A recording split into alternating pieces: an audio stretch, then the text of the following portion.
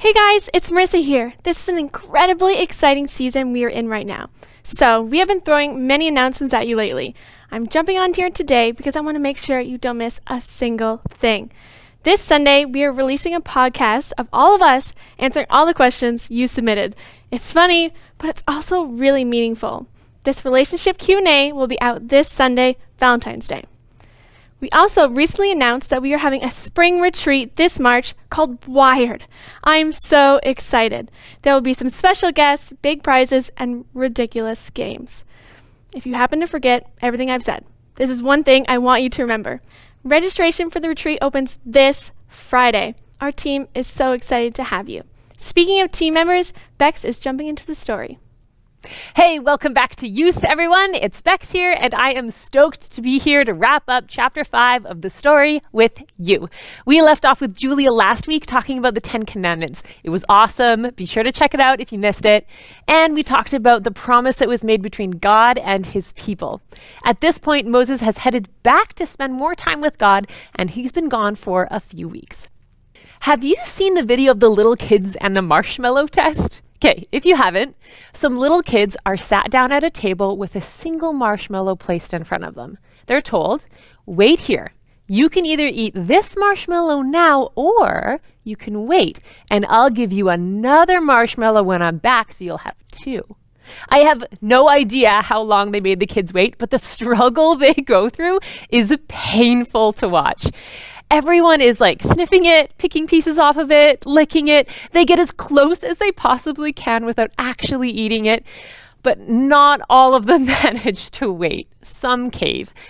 With the Israelites, they need to wait for Moses to come back. It required patience, and sure enough, they didn't have enough. Unfortunately, if they were one of the kids in that marshmallow test, they would have eaten it way before an adult came back with the second one.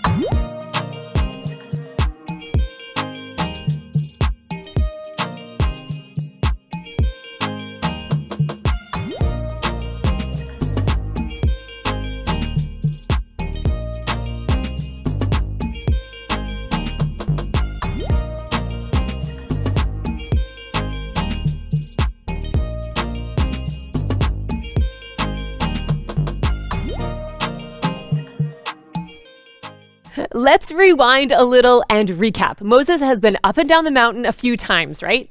Now they have the 10 Commandments, clear instructions on how to live their lives, and a covenant was made, a promise between God's people and himself that they would follow and obey him and abide by the 10 Commandments. Well, the people decide that Moses has been gone too long. They want a new God to worship. So Aaron, the guy who was left in charge while Moses was away, collected all their gold and built a statue out of it in the shape of a calf. I don't know why a calf. They literally had every option available to them to choose from, but no, a calf. Whatever. I feel like that was a really bad choice, but I mean, we can see how these people are really into making bad choices these days. So this happens. God notices the people worshiping something other than him. And he's like, Moses, but man, we literally just talked about this. It was commandment number 1, literally the first one on the list. Do you remember this? Commandment number 1, you shall have no other gods before me. If the apple is my favorite fruit, it always comes first for me before pears and oranges and all other fruits. The same goes for God. We need to put him above everything else. Maybe if they could have seen Julia's apple example, it would have helped them out a bit. The Israelites knew they weren't supposed to worship other gods, but here they are worshiping a gold calf. They were desperate for something to lead them, and they couldn't handle being patient while Moses was away. They had a craving for something to look toward, something to lead them. And the longer they waited, the more focus they lost. Until one day, they just say to Aaron, okay, we don't know what happened to Moses, so let's build a new God. It was easier to just gain the satisfaction now than to wait.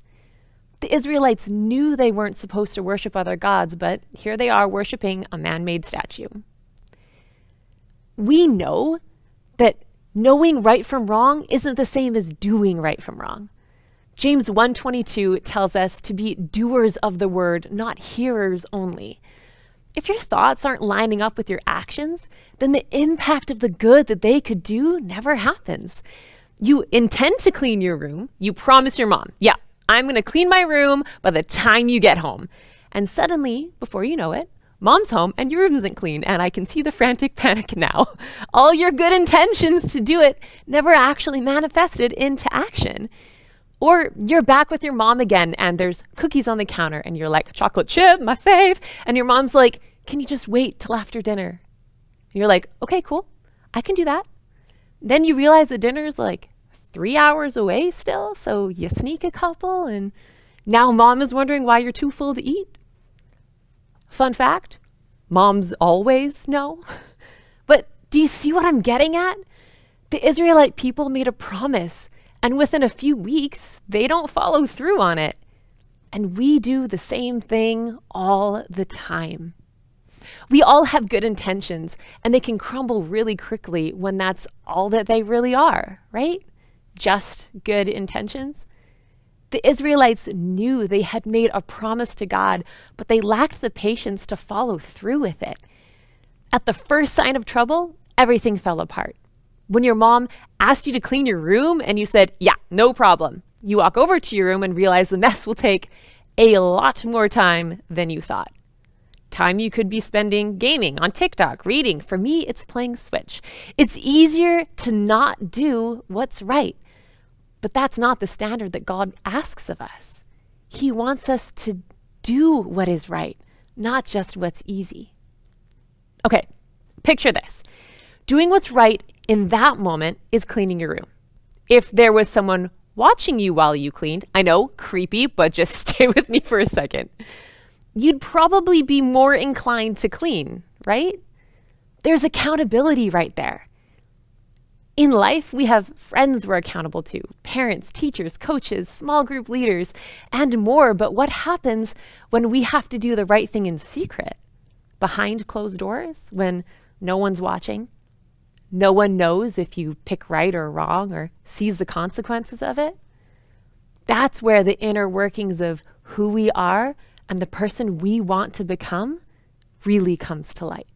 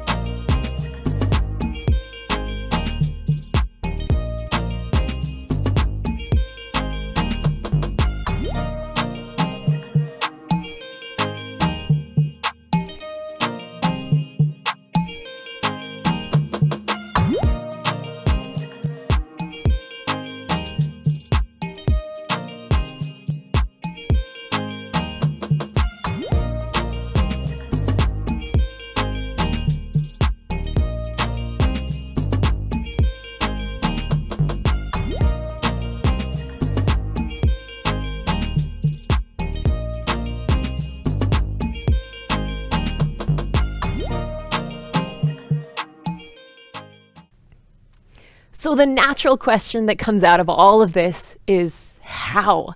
How do we become the kind of people that choose what's right instead of what's easy? Okay, let's start by asking this. Who do you spend the most time with? When I was in my early 20s, I spent a lot of time with my boyfriend and our two close friends.